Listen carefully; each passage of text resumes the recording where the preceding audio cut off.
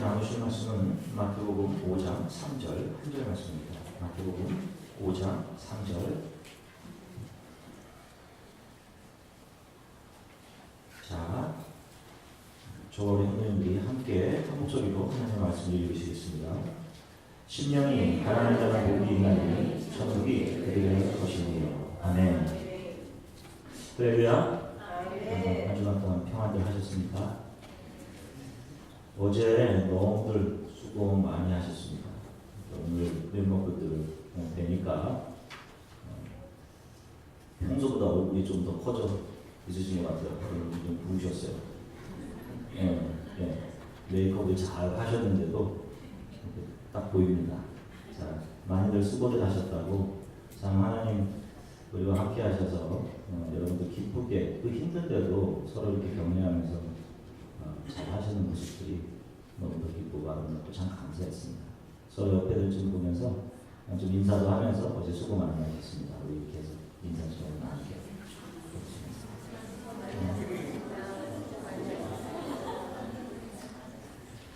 제가 이곳 아이오와에서 이제 사역을 시작한 지 올해 14년 됐습니다. 처음 이곳에 와서 청년 사역을 시작할 때 당시에 참 가난한 청년들이 많았어요. 교회에서 밥을 준다고 하면 한 시간을 걸어갔던 청년들도 있습니다. 감사해하면서 눈물 글썽이면서 이렇게 마치 집에서 부모님이 쪄주신 것 같은 밥을 먹는 그런 청년들도 있었고, 졸업시즌이 되면 집이 어렵고 또 부모님들이 생계를 위해 바쁘셔서 졸업식에 참석하지 못하시는 그런 청년들이 꽤나 있었습니다. 저는 제가 사역하는 동안, 청년들 사역을 하는 동안 제가 그들의 부모라는 생각을 가지고 사역해 왔기에, 그래서 부모님들이 못 오는 청년들의 졸업식에는 늘 함께 가서 그들과 함께 해주려고 노력했습니다. 한 10년 전 한 청년의 졸업식이 기억에 남습니다. 아무도 부모님이 참석을 하지 못하셨어요. 졸업식장에 가서 제가 고생을 내리면서 참 수고 많이 했다라고 하며 제가 허그를 해주니까 청년이 저에게 그런 말을 하더라고요. 목사님 참 고맙습니다. 목사님, 제가 40만 원 들고 와서 석사 2개, 박사학위 하나 받았으니 목사님 저 참 잘했지요? 라고 하면서 눈물을 글썽이던 그 청년이 참 기억에 납니다. 지금은 참 많이 달라진 것 같아요. 가난을 겪은 부모의 세대는 어떻게 해서든지 내 자식 때에는 가난을 물려주지 않겠다고 다짐하면서 힘들게 일하셨습니다. 7080이라고 하는 세대들도 마찬가지고 저희 교회는 3040 세대들도 많으신 것 같아요. 아무튼 참 힘든 길을 걸어오신 그런 세대들입니다. 그 세대들의 혜택을 지금의 청년들이 받고 있죠. 그 자녀들이 미국에 이민 오셔서 이곳에 정착하신 분들 역시 엄청난 고생하시면서 일하셨습니다. 편견과 차별이 많은 장벽을 넘으며 자녀들에게 가난을 넘겨주지 않으려고 애쓰시며 살아오셨어요. 성경은 성도의 가난을 강조합니다. 아이러니하게도요. 그래서 가난을 겪어보신 세대들은 그래서 성경적인 삶을 불편해합니다. 자기 힘으로 부자 되는 것이 불편하니까 교회에서는 성도의 수를 늘리기 위해서 예수를 이용해서 부자 되는 것을 복이라고 말하는 그런 편법들도 난무합니다. 자, 그러면 성경이 말하는 가난은 어떤 것일까요? 오늘 우리가 읽은 본문은 산상수훈 팔복설교 맨 처음에 나오는 내용입니다. 예수께서는 심령이 가난한 자가 복이 있나니 천국이 저희 것이다 하고 말씀하시면서 심령의 가난을 천국 백성의 첫 번째 자격으로 말씀하고 계십니다. 오늘 그 심령의 가난이 무엇인지를 좀 살펴볼게요. 아마도 신앙생활 하시는 분들이 아마 본인들이 생각하는 바른 신앙생활이라고 생각하시는 몇몇 기준들을 가지고 계실 것입니다. 예를 들면 누군가 조금 더 도덕적이고 인격적인 사람으로 변해가는 것이라든지, 자기의 시간과 물질을 좀 더 하나님을 위해 많이 사용하는 것이라든지, 또 어떤 탤런트를 주를 위해 많이 드리고 봉사하고 헌신하는 것들로 다른 사람들의 믿음 생활의 진보를 가능합니다. 또 얼마나 많이 기도 생활하고 있는지. 그러나 여러분, 이런 모든 시도가 죄송하지만 성경적이지 못한 것들입니다. 성도는 하나님을 알면 알아갈수록 하나님 앞에서 자신의 존재는 자신이 그 어떤 노력을 하고 더 좋은 성품으로 변화되고 어떤 업적을 쌓고 세상에서 성공하고 더 좋은 지위에 올라감을 통해 결정되는 것이 아니라 나는 하나님의 은혜 없이는 살아갈 수 없는 존재였구나. 내 안에는 정말 선한 것이 하나도 없구나 라는 사실을 뼈저리게 알아가는 사람들이 크리스찬이고 성도인 겁니다. 바로 하나님의 은혜 안에서 자신의 모습을 보게 되는 사람들이 크리스찬들인 거예요. 그 은혜 안에서 자신을 보니 그 사람을, 그 엄청난 받을 자격이 내 안에 하나도 없음을 알고 늘 하나님 앞에서 면목 없고 죄송하고 그럼에도 불구하고 그런 나를 품어 자녀로 이끌어내시는 그 하나님의 은혜가 너무도 감사해서 저는 감히 하나님의 자녀라 불릴 자격도 없습니다. 그런데 어떻게 이런 사랑을 저에게 주십니까? 라고 고백하며 그 은혜에 자신의 삶을 포기하여 살아가게 되는 겁니다. 이들이 성도인 거예요. 그래서 이전에는 그렇게 중요하고 이것 없이는 살 수 없다고 생각하던 그 육신에 속한 것들을 벗어버리고 비워내며 십자가의 길을 가는 사람들이 성도인 것입니다. 자, 시편 40편 17절의 말씀을 한번 같이 읽겠습니다. 같이 읽겠습니다. 나는 가난하고 궁핍하오나 주께서는 나를 생각하시오니 주는 나의 도움이시요 나를 건지시는 이시라. 나의 하나님이여 지체하지 마소서. 시편 69편 29절 또 같이 읽겠습니다. 오직 나는 가난하고 슬프오니 하나님이여 주의 구원으로 나를 높이소서. 아멘. 시편의 저자는 극심한 고통 속에서 이 찬양을 올리고 있는 겁니다. 절망의 상황 속에서. 여기서 내가 가난합니다 라고 하나님께 부르짖는 것은 지금 이 상황에서 나를 건져내실 분은 오직 하나님뿐이십니다. 내가 사는 것은 오직 하나님의 은혜입니다 라고 하는 자신의 심령의 상태를 하나님께 고백하고 있는 겁니다. 세상을 살아가면서 어떤 상황에 놓이든지 세상을 의지하거나 자랑하지 않으며 세상의 힘이라고 규정해 놓은 그것을 붙잡지 않고 자기 자신을 신뢰할 만한 것이 하나도 없는 상태, 그래서 하나님만을 의지하고 바라보는 그 상태를 심령의 가난이라고 하는 것입니다. 아시다시피 다른 종교인들이나 이 세상에서 인격을 수양하는 사람들도 가난, 청빈의 삶을 강조합니다. 그런데 여러분, 과연 인간이 자기의 힘으로 이렇게 청빈, 가난의 상태로 돌아갈 수 있는 존재일까요? 우리가 살아가는 이 세상은 유한하고 제한된 자원을 수많은 사람들이 치열하게 경쟁적으로 사용하고 있는 그런 장입니다. 제한된 자원 앞에서 사람들은 힘을 동원해 그 자원을 차지하려는 수많은 일들을 합니다. 그 대표적인 것이 전쟁이죠. 몇 년 전 한국을 방문했을 때 양평에 있는 아프리카 문화 전시관에 가본 적이 있습니다. 살펴보니 아프리카의 역사 또한 부족 간의 전쟁으로 점철된 그런 역사였어요. 제한된 식량을 차지하기 위해 죽고 빼앗고 더 강해지기 위해서 창과 칼의 날을 더 날카롭게 하고 그래서 식량을 차지한 강한 부족이 살아남아 보존하게 되는 그 역사가 아프리카의 역사, 그런 역사를 볼 수 있었습니다. 박물관을 보니까 특별히 아프리카 마스크 전시관이 있더라고요. 우리나라도 역시 마스크가 있죠. 우리나라 가면에는 해학이 깃들어 있다고 하지 않습니까? 안동, 화훼탈 보면 무섭기도 하면서 실소를 자아내게 하는 해학과 재미있는 표적들이 그 안에 들어있습니다. 그런데 아프리카의 가면에는 생존이 깃들어 있는 것 같았습니다. 대부분의 가면들이 보는 이들에게 공포와 엄청난 두려움을 유발케 하고 있었습니다. 그래도 그럴 것이 가면의 용도가 전쟁 때 상대방에게 공포를 유발하는 목적이 대부분이었기 때문에 그러다 보니 그 가면에 공포를 담아낼 수밖에 없었던 겁니다. 그럼 부족 간의 생존 전쟁인데 미소를 머금은 화훼탈 같은 거 쓰고 나갈 수는 없는 거잖아요. 그러다 보니 가면이 점점 더 공포스럽게 변해가는 겁니다. 결국 이 모든 것이 제한된 자원을 어떻게든 자기 자신만이 사용하겠다고 하는 죄로 오염된 마음에서 유발된 것이라는 생각 때문에 보는 내내 불편함을 느꼈던 기억이 있습니다. 이것이 어찌 아프리카뿐이겠습니까? 한국, 미국도 마찬가지입니다. 저와 여러분들이 발붙이고 살아가는 그 어느 곳 다 마찬가지예요. 제한된 자원을 빼앗아 자기의 것으로 만드는 기술이 그 아프리카 부족들보다 조금 더 세련되어 보일 뿐이지 더 가지고 차지하려는 죄악된 인간의 본성에서 나오는 것은 다 똑같습니다. 역사 이래 인간이 추구해온 것이 행복이며 이 행복이라는 것을 좀 더 말하면 개별자의 욕망들이 채워지는 상태를 이야기하는 겁니다. 자기의 욕망이 채워져야 행복을 느끼기 때문이에요. 그 이면에 누군가는 상대적인 박탈감을 느끼는 겁니다. 무한하지 않은 이 물질기 안에 개인, 인간들의 자신의 욕구를 채워간다는 것은 결국 다른 누군가에게는 기회의 상실을 의미한단 말입니다.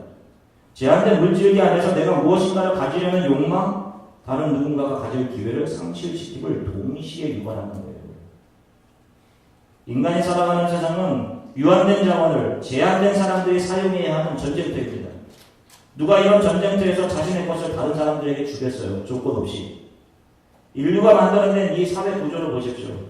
다 가진 자들이 더 가지기 위한 구조란 말입니다. 그래서 여러분, 미국도 노예에게 흑인들에게 투표권, 여성들에게 투표권이 허락된 것이 1920년이에요. 불과 얼마 되지 않습니다. 가진 자들은 어떻게 해서든지 정치적인 로비를 통해서도 자신들의 기득권을 내어놓으려고 하지 않습니다. 여러분, 가장 부강하고 가장 돈 많은 나라가 모든 사람들에게 공평한 의료 혜택을 제공하지 않습니다. 너무도 가슴이 아픈 현실이죠. 의료보험이 없어서 죽어가는 사람들이 이 미국 땅에 얼마나 많은지 여러분 생각은 해보셨어요? 이런 우리가 어떻게 가난해질 수 있겠습니까? 어떻게 우리가 가난한 심령의 자리를 내려갈 수 있겠냐고요. 내 의지로 우리가 스스로 가난하게 될 수 있습니까? 여러분들이 작정 기도를 하고 금식을 하고 40일 기도를 한다고 해서 여러분들의 성품이 변화되고 의지가 변화되어 가능한 것입니까? 만약에 그렇다면 예수 그리스도께서 여러분들을 위해 십자가에서 죽으신 이유가 없는 겁니다. 로마서 8장 9절의 말씀, 고린도후서 8장 9절의 말씀을 같이 한 목소리로 읽으시겠습니다. 함께 읽으시겠습니다. 우리 주 예수 그리스도의 은혜를 너희가 알거니와 부요하신 이로써 너희를 위하여 가난하게 되시는 그의 가난함으로 말미암아 너희를 부요하게 하려 하심이라. 아멘. 여러분, 저와 여러분들이 예수 안에서 심령의 가난한 상태로 들어가게 될 수 있는 것은 예수 그리스도가 나와 여러분들을 위해 자신의 모든 것을 다 비워주신 바로 그 예수 그리스도의 가난, 자기 비움, 십자가의 은혜가 우리를 덮어낼 때 바로 성도는 예수 그리스도의 그 은혜와 사랑의 강고에 감싸져서 예수 그리스도의 가난, 예수 그리스도의 자기를 내어줌이라는 삶 안으로 들어갈 수 있게 되는 것입니다. 그래서 성도의 모든 의지와 스스로 주장하던 정의, 자신의 가치 칭찬을 이끌어내려던 그 마음들이 죽고 예수로 살아서 바로 그 예수와 닮은 모습으로 살아가게 되는 성도를 통해 예수 그리스도의 가난이 그의 삶으로 나타나게 되는 거예요. 이것이 진정한 가난입니다. 물질의 소유의 유무에 관계없이 성령을 통해 예수의 나를 위한 가난을 알고 자신도 그 가난함으로 들어가 예수의 흔적을 드러내는 삶을 살아가는 자들이 바로 언젠가 하나님 앞에서 부요한 자로 드러나게 되는 것입니다. 조금 후 우리는 물질계를 넘어 영혼으로 들어갑니다. 바로 그 앞에서 하나님의 나라가 그들에게 상속될 것입니다. 우리는 누군가 신앙생활을 하던 사람의 죄를 범하고 연이어 그들의 신변에 어떤 재앙이라도 당하게 되면 욥의 친구들처럼 그것을 인과응보 쪽으로 해석해 내려고 합니다. 저 사람 무슨 죄를 져도 저런 벌을 받지. 저렇게 신앙생활 자기 중심적으로 하더니 저런 벌을 받았네. 이런 얘기를 한단 말입니다. 여러분, 그러면 그렇게 말하는 자신은 죄 없이 살고 있습니까? 수많은 미움과 거짓과 탐심과 이기심이 여러분들 마음속에 가득하지 않습니까? 목사님 제안에도 늘 그것이 들켜 너무도 하나님 앞에 두렵습니다. 나는 저 사람과 다르다.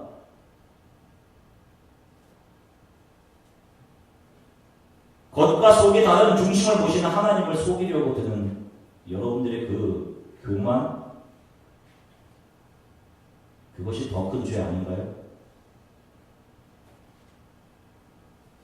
왕이던 다윗이, 가장 부유했던 그 다윗이 그렇게 자신에게 충직하던 병사 우리아로부터 그의 사랑하는 아내 바세바를 탈취합니다. 그리고 그에게 목숨 걸고 충성했던 우리아를 죽이도록 위장합니다. 그의 아내를 빼앗기 위해서. 여러분이 얼마나 사악한 일입니까? 여러분, 이런 다윗에게 우리가 무엇을 배울 수 있겠어요? 그런 죄를 짓지 말고 잘 참았어야지. 그런 죄를 짓지 않도록 쉬지 말고 기도했어야지. 라는 삶의 훈수입니까? 여러분, 다윗이 기도하지 않는 사람이었어요? 수십 편의 시편을 지은 사람이 다윗입니다. 기도하는 사람이었어요. 그러면 이 다윗 또한 범죄한 아담, 인간의 모습입니다. 똑같은. 그는 죄를 지을 수밖에 없는 연약한 인간이었어요. 죄를 짓지 않는 것은 인간의 의지로 참아서 이루어질 수 있는 것이 아닙니다. 저와 여러분들 안에 이런 죄의 속성이 그대로 있는 거예요. 우리는 이것을 보면서 이렇게 죄를 짓고 자신이 엎질러져 버린 그 죄가 흐르는 것을 보면서 내가 이렇게 악한 인간이구나. 이것이 하나님을 떠난 나의 모습이구나. 하나님 나를 불쌍히 여겨주십시오. 라고 하고 하나님의 은혜만, 그 긍휼만이 나를 덮어야 내가 살 수 있는 존재임을 자각해가는 겁니다. 그들이 성도예요, 여러분. 이것을 하나님은 우리가 인생을 살면서 그 안에서 이 사실을 배우라고 여러분 우리를 크로노스라고 하는 이 시간계, 공간계 우리를 넣어놓으신 겁니다. 우리는 이 사실을 배우고 하나님 앞에 서게 되는 거예요. 저는 수술을 하고 인공항문을 차게 되기 전까지 저는 제가 제 삶을 잘 컨트롤하며 살 수 있는 가장 이성적인 사람 중에 한 사람이라고 생각했습니다. 그런데 실수를 하고 장을 잘라내고 콜로스토미 인공항문을 차고 수많은 실수를 하게 되더라고요. 이전까지 저는 제가 건강하고 제 자신이 대단하다는 생각을 했었습니다.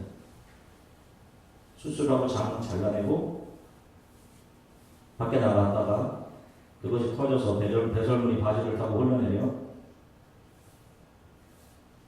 밖에 있는 조그만 의자에 앉아서 사람들이 다 지나가고 몇 시간을 기다렸다 집으로 돌아온 적도 여러 번 있었습니다. 그러면서 나는 아무것도 아니구나, 내 몸은 내 것이 아니구나 라는 생각을 수도 없이 되는 것입니다. 여러분들의 노력과 능력으로 죄를 참아서 성화를 이루어내는 것이 아닙니다. 그 성화는 성령께서 우리 안에서 이루어 가시는 일이에요. 그래서 여러분, 누군가 주위에 실수하는 사람들이 있을 수 있는 거예요. 그런 사람에 대해서 손가락질 하실 수 없는 겁니다. 그 모습이 예수 알기 전에 저 여러분들의 모습인 거예요. 저와 여러분들. 아니, 여전히 우리 안에 남아있는 부족한 모습인 겁니다. 성령께서 더 깨뜨려 가셔야 할 그런 부분인 거예요.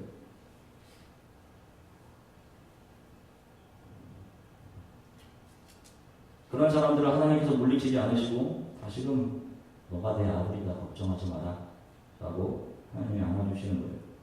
상한 심령이 바로 하나님 앞에서 다 부서지고 깨진, 내가 그래도 괜찮다고 생각하던 나의 의와 정의, 의가 다 깨어져 텅 비워지게 되는 상태를 심령의 가난이라고 말하는 겁니다.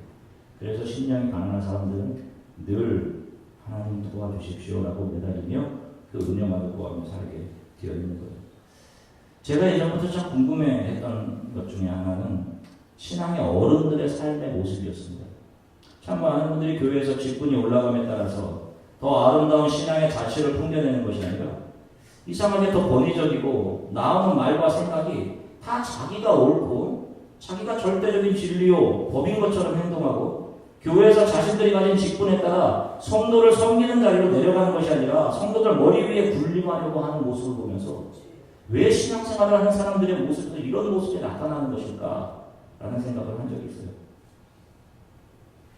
세상에서의 성공의 여부로 교회에서 종교의 위치도 달라집니다. 여러분, 다시 한번 말씀드리지만 이런 모임은 교회가 아닙니다. 당시 랍비들, 예수님이 오셨을 때 랍비들은 랍비라는 이유로 무사람들에게 존경받는 것을 당연하게 여겼어요.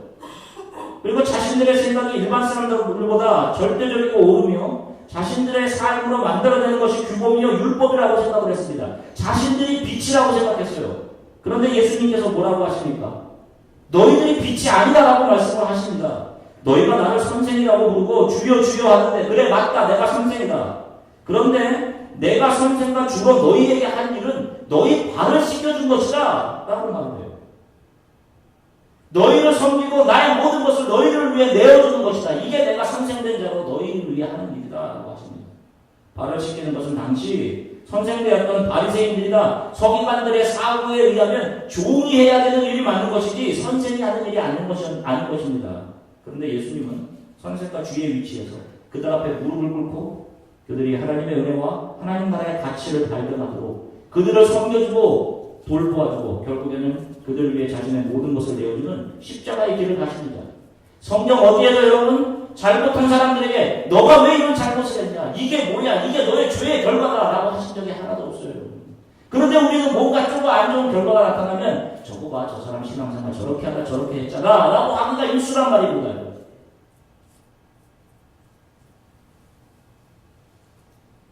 이 예수의 모습이 우리 크리스찬들의 입과 삶에서 나타나야 하는 예수의 흔적인 거예요, 여러분. 이것이 없으면 지금까지 십자가의 길이 아닌 자기 자신의 영광의 길을 가고 있는 겁니다.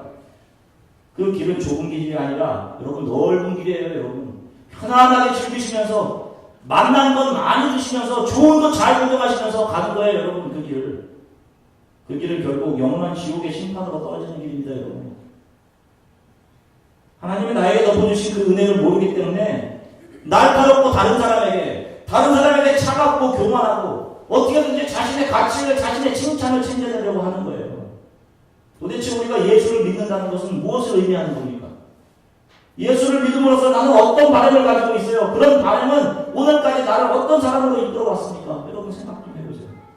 만약 여러분들이 하나님께서 나에게 축복하셔서 나는 세상에서 이런 사람이 됐습니다 라는 생각을 가지고 계신다면 여러분들이 뭔가 잘된 근거를 가지고 예수의 믿음에 대해 증명하려고 하고 있다면 죄송하지만 여러분들 지금 잘못된 신앙의 길을 걸어왔을 확률이 너무 높습니다.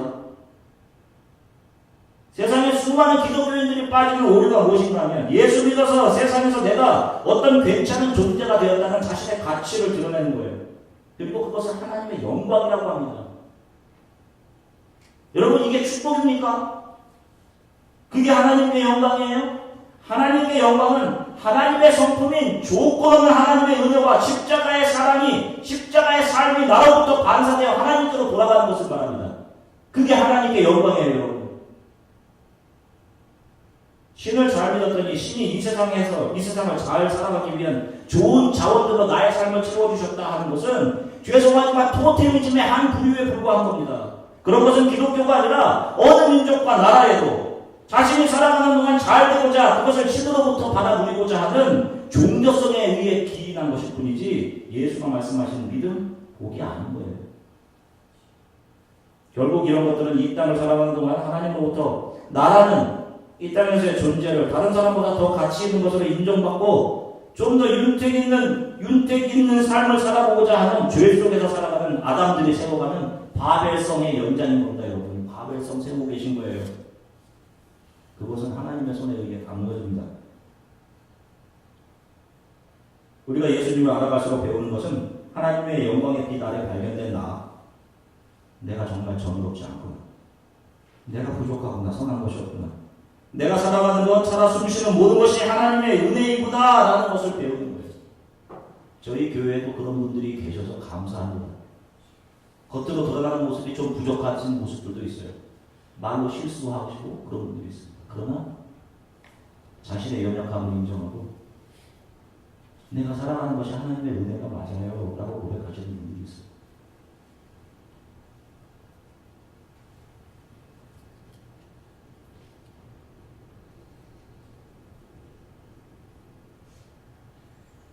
이 크리스찬들이 서로에게 날카로울 수 없는 겁니다. 그분들은 옆에만 있어도 예수 그리스도의 따뜻한 은혜를 서로가 느낄 수 있는 거예요. 그런 크리스찬들이 있어요. 옆에만 있어도 따뜻함을 느끼고 옆에만 있어도 하나님의 은혜가 전달되는 크리스찬들이 있습니다. 이들이 성도예요. 이런 크리스찬들을 만나보신 적이 있으십니까, 여러분? 우리가 서로에게 이런 신앙인이 되어야 하는 겁니다.